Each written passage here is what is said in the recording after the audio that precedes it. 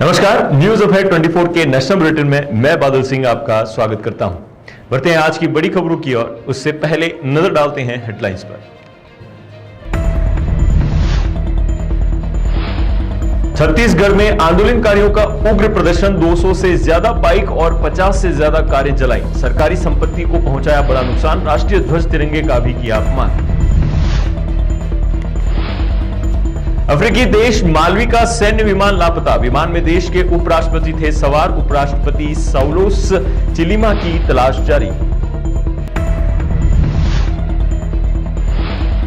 S Jaishankar ने विदेश मंत्री पद ग्रहण किया। पाकिस्तान पर यह कहा, पाकिस्तान और चीन पर 5 साल की रणनीति बताई।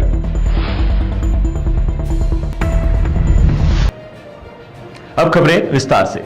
अफ्रीकी देश मलावी से बड़ी खबर सामने आई है। यहां एक सैन्य विमान लापता हो गया है जिसमें देश के उपराष्ट्रपति साउलोस चिलिमा सवार थे।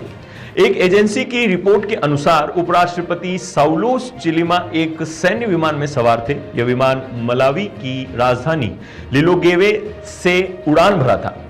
इस विमान में उपराष्ट्रपति के अलावा 9 अन्य लोग सवार थे। विमान को मजुजू में लैंड करना था, लेकिन इसके पहले ही विमान से संपर्क टूट गया।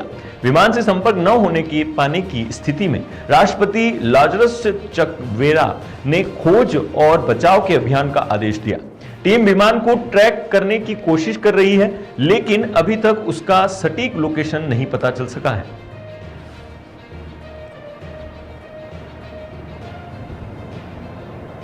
अगली खबर दिल्ली से। शहरों में स्थित मॉल में लोग घूमने या शॉपिंग करने के लिए जाते हैं, लेकिन वहां कई बार अजीब सी घटनाएं हो जाती हैं। ऐसा कि दिल्ली एनसीआर में नोएडा प्रसिद्ध गार्डन गोलरिया मॉल देखने का मिला। यहां का एक वीडियो वायरल हो रहा है। ऐसे ही एक वीडियो इन दिनों सोशल मीडिया पर खूब वायरल हो रहा है।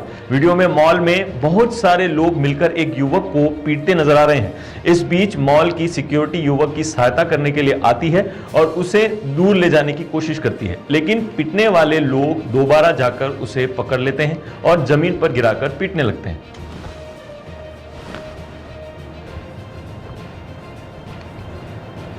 खबर दिल्ली से।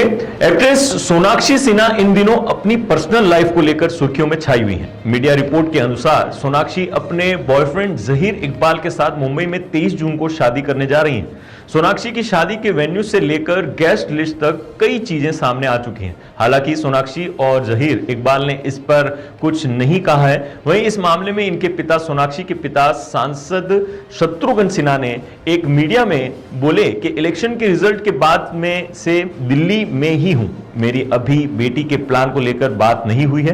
उन्होंने मुझे अभी तक कुछ बताया नहीं है। मैं उतना ही जानता हूं जितना मीडिया में पड़ा है। जब भी वो मुझसे इस बारे में बात करेगी तो मेरा आशीर्वाद उनके साथ है। हम चाहते हैं उन्हें दुनिया की सारी खुशियां मिले। बेटी पर पूरा भरोसा है। वो कोई गलत फैसला नहीं ले सकती है। वो एक एडल्ट है और अपने फैसले खुद ले सकती है। जब भी उसकी शादी होगी उसकी बारात के सामने डांस करूंगा। अगली खबर छत्तीसगढ़ से बड़ी हिंसा की खबर सामने आ रही है। यहां बलौदा बाजार में प्रदर्शन कर रहे सतनामी समाज के लोग उग्र हो गए। पहले उन्होंने कलेक्ट्रेट परिसर और एसपी ऑफिस में तोड़फोड़ और आगजनी की। इसके बाद शहर भर में 200 से ज्यादा बाइक और 50 से ज्यादा कारों में आग लगा दी। हिंसक भीड़, जिसकी संख्या करीब 10,000 बताई जा रही है, उन्होंने प्रशासनिक अधिकारियों और पुलिस पर पथराव किया। इसकी वजह से कई अधिकारी घायल हो गए। उनके इस हिंसक आंदोलन की वजह से पूरे शहर में कई घंटों तक अफरा तफरी मची रही। घटना के बाद जिला प्रशासन ने बलौदा बाजार शहर में धारा 144 लागू कर दी। यह धारा 16 जून तक जारी रहेगी। इस घटना को लेकर मुख्यमंत्री विष्णुदेव साय ने हिंसा के दोषियों पर कड़ी कार्रवाई के निर्देश दिए हैं।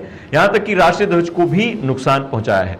पुलिस को मौके से पेट्रोलिंग बम सहित कई संवेदनशील चीजें मिली हैं। जानकारी के अनुसार कुछ दिन पहले पवित्र अमर गुफा में 3 जेट खंभ को नुकसान पहुंचा था। इस मामले को लेकर पुलिस ने कार्रवाई भी की थी। सतनामी समाज ने इसकी न्यायिक जांच की मांग की थी, जिसे सरकार ने पूरा किया था। फिर भी हिंसा हुई। रुक करते हैं पाकिस्तान का। अमेरिका में T20 वर्ल्ड कप चल रहा है। इसमें सबसे बड़ा मैच भारत और पाकिस्तान के बीच हुआ, जिसमें पाकिस्तान को हार का सामना करना पड़ा। टीम की लगातार 2 हार के बाद पाकिस्तान में बवाल मचा हुआ है। पाकिस्तान के दिग्गज और पूर्व खिलाड़ी मोहम्मद हाफिज ने कहा कि जब इन खिलाड़ियों को 6 महीने पहले पाकिस्तान के लिए खेलने के लिए कहा गया था तो उन्होंने लीग क्रिकेट खेलने का फैसला किया था। अब चूंकि कोई लीग नहीं हो रही है तो वो वर्ल्ड कप खेल रहे हैं। ये वर्ल्ड कप को किसी और लीग की तरह ट्रीट कर रहे हैं। मैं खुद घरेलू क्रिकेट में था, लेकिन कोई भी खिलाड़ी घरेलू क्रिकेट खेलना नहीं चाहता था। ऐसा इसीलिए क्योंकि उन्हें लगता था कि अगर इनमें से किसी को भी टीम में चुन लिया जाता है तो वो लोग क्रिकेट खेल लेंगे। हाफिज के इस बयान में किसी खिलाड़ी का तो नाम नहीं लिया, लेकिन लोग अनुमान लगा रहे हैं कि वह मोहम्मद आमिर और इमाद वसीम की बात कर रहे हैं। दोनों ने ही पाकिस्तान का डोमेस्टिक क्रिकेट खेले बगैर ही पाकिस्तान टीम में एंट्री कर ली है।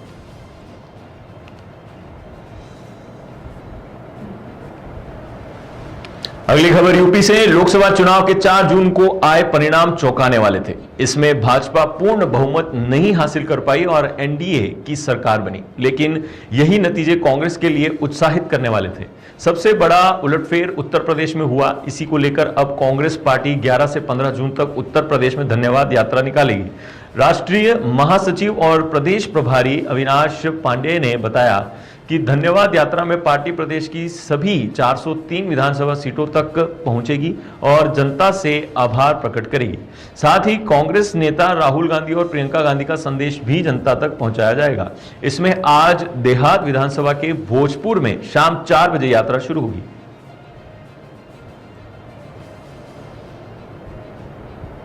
अगली खबर दिल्ली से।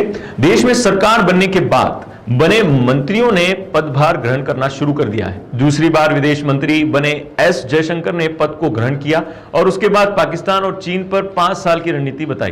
पाक अधिकृत कश्मीर के सवाल पर उन्होंने कहा कि कृपया मेरे मुंह में शब्द न डालें। जयशंकर ने कहा कि भारत की भूमिका बढ़ती जा रही है। अब दुनिया भारत को एक दोस्त के तौर पर देख रही है जो संकट की घड़ी में उनके साथ रहता है।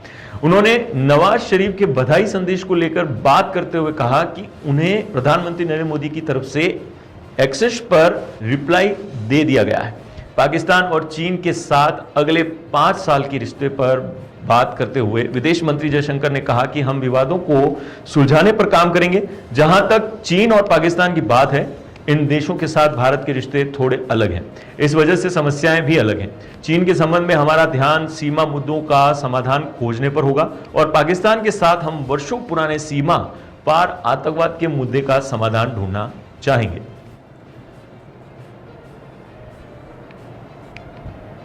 खबर यूपी से।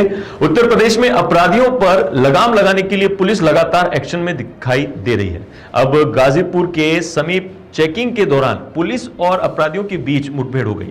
इसमें 2 आरोपी पुलिस की गोली से घायल हो गए, जबकि 2 को टीम ने दौड़कर हिरासत में लिया। बदमाशों के पास से 2 तमंचा, 3 कारतूस, 20,000 से अधिक रुपए, 38 एटीएम कार्ड, 4 मोबाइल फोन बरामद हुए। एएसपी दक्षिणी अभिनव त्यागी ने बताया कि क्षेत्र में लगातार हो रही आपराधिक घटनाओं को देखते हुए पुलिस की संयुक्त टीम तमकू हिराज थाना क्षेत्र के गाजीपुर के पास चेकिंग अभियान चला रही थी।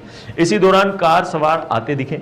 पुलिस टीम ने जब रोकने का प्रयास किया तो बदमाश भागने लगे। जब पुलिस टीम ने पीछा किया तो एक फार्म हाउस में समीप बदमाशों ने पुलिस टीम पर फायरिंग शुरू कर दी।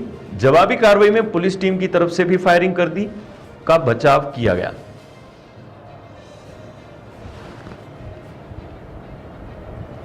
ये थी अब तक की बड़ी खबरें। आगे की खबरों के लिए बने रहिए न्यूज़ अपडेट 24 पर। नमस्कार।